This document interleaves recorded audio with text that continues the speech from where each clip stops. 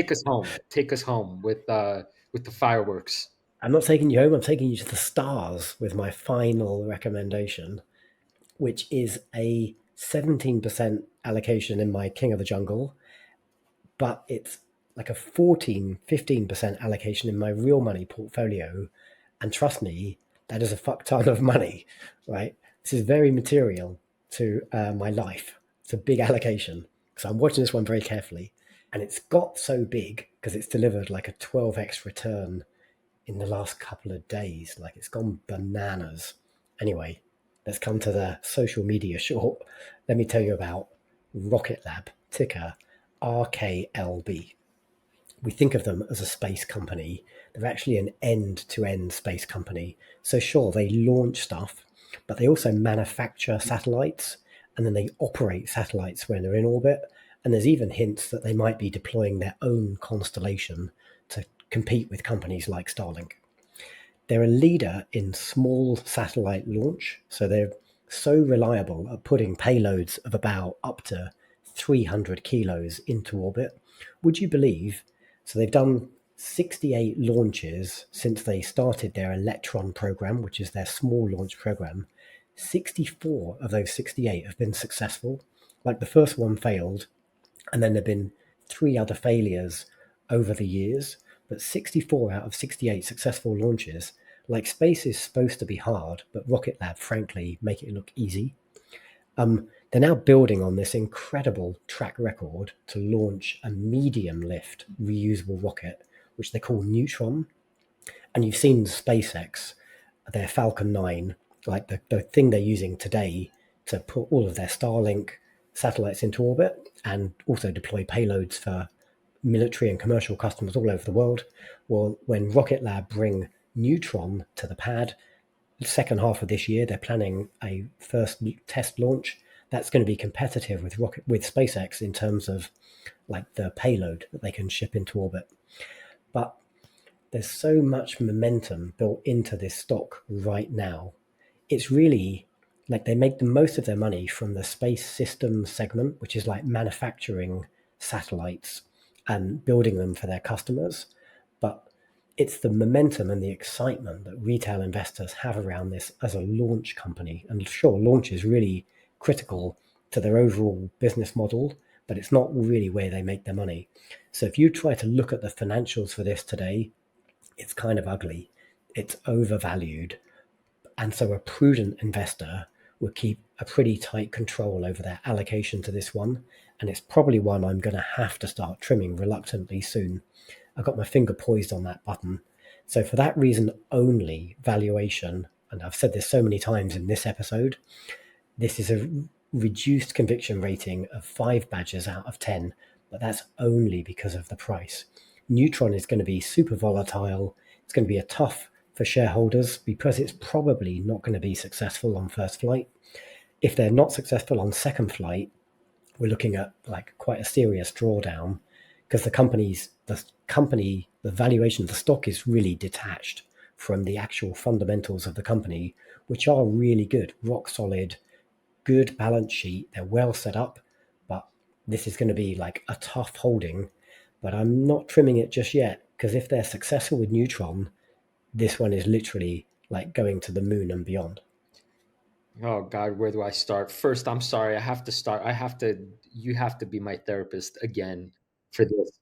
The reason I don't have shares is because I got cute and I bought the calls at $7. The $7 calls that expired in 45 days and expired worthless, while you ended up making all the bank.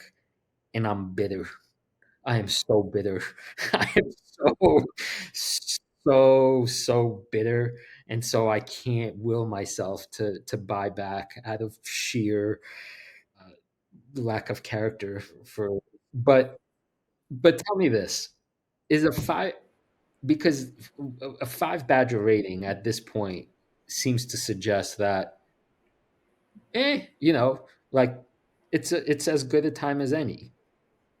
So would you actually would you say that me not being a Rocket Lab shareholder in the King of the Jungle portfolio that I should get serious and buy a share? if I didn't own this today at all, I would buy some, but a small allocation. Yes. So yes, you should, but don't over allocate to it. Like it's going to, like they're well capitalized. The next, so actually I published like a sort of quite a personal article on our Patreon, which is free to anybody. So if you listen to the podcast, you haven't checked out the Patreon, just go sign up. Give us your email address, I'm afraid. Go sign up at patreon.com/Wall Street Wildlife, and you can read this article for free. You don't have to give us any Patreonage, although we'd love it. And in that article, I lay out not so much like the thesis and like what the company's all about, just how I plan to manage this exposure myself, because this is really material. Like I'm not going to talk real numbers, but it's quite material to my real life. And so I've got a close eye on Neutron, and like the TLDR is I'm going to have to trim it if it gets to more than a 20% allocation. It's currently about a 14% allocation. If the price goes down, I'm fine with that. It means I don't have to worry so much about it. And I'm probably going to trim it just because it's like in real dollar terms, it's a big number. So I'm going to have to trim it, I feel, just to take some risk off the table prior to Neutron first launch, like first test.